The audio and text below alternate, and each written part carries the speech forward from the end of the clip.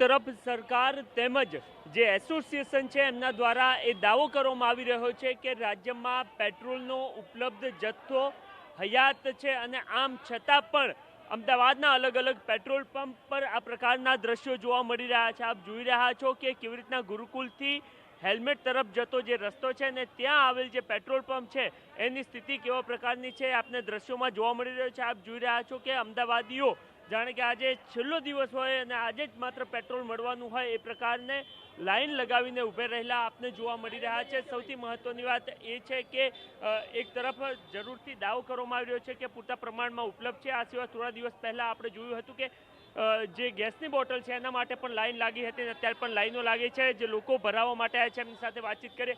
જી, શા માટે આવી ગયા અને ફૂલ કરાયું છે? હું જોઈ રહ્યો છું ટચ ટુ ટચ આપણે માટે ભાઈ કે પેટ્રોલ આવી મળે નહીં કોને ખબર, આના પછી ભરોસો નથી આના પેટ્રોલ આપણે એટલા માટે પુરાવા આવ્યા છે। એવું લાગે છે કે આજ પછી નથી મળવાનું? ના, મળશે કે નહીં મળે, પણ આ તો શું છે આપણે સેફટી માટે ખાલી આપણે, બીજું કંઈ નહીં। ઓકે, હતું ખરું તમારી પાસે કે નહોતું પેટ્રોલ નહોતું? ઓકે, તો એમને ડર છે કે કદાચ મળતું બંધ થઈ જાય અને એ બાબતને ધ્યાન જી પેટ્રોલ છે અને ભરવા આવ્યા છો કે વધી ગયેલું છે એકદમ ઘરે જવા એટલું પેટ્રોલ છે। તો આટલી બધી અચાનક લોકો કેમ ઉમટી પડ્યા? એ તો ખબર નહીં, ન્યૂઝ મળ્યા છે એવા કે પેટ્રોલ પતે એવું છે એટલે કીધું પેટ્રોલ પતે એવું છે એટલે જાણવા મળ્યું એવું, પ્રોપરલી ખબર નથી ક્યાંથી ન્યૂઝ આવ્યા। પણ તમને એવું લાગે છે કે મિત્રોનો ફોન આવ્યો કોકનો કે ભાઈ પેટ્રોલ નહીં મળે એવું છે। તો એમને લાગી રહ્યું છે કે પેટ્રોલ નહીં મળે એના માટે અહીંયા આવ્યા છે। પેટ્રોલ પંપ છે, પેટ્રોલ ફૂલ છે, પણ આ લોકો પબ્લિકને થોડી જરૂર હોય એટલે લોકો નીકળ્યા છે, બાકી એવું કશું નથી, શોર્ટેજ જેવું નથી। એક સાથે એટલા માટે આટલા બધા લોકો આવી ગયા છો?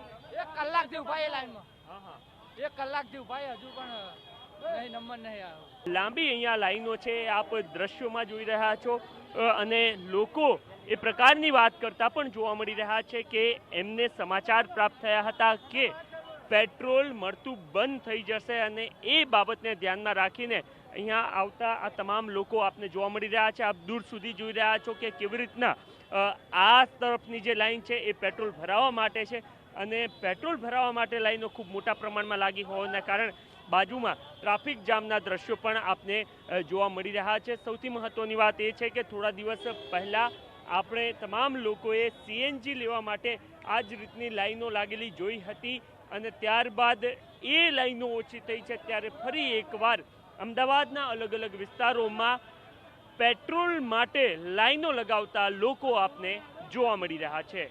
કેમેરામેન નટવર પરમાર સાથે નરેન્દ્ર રાઠોડ, TV9 અમદાવાદ।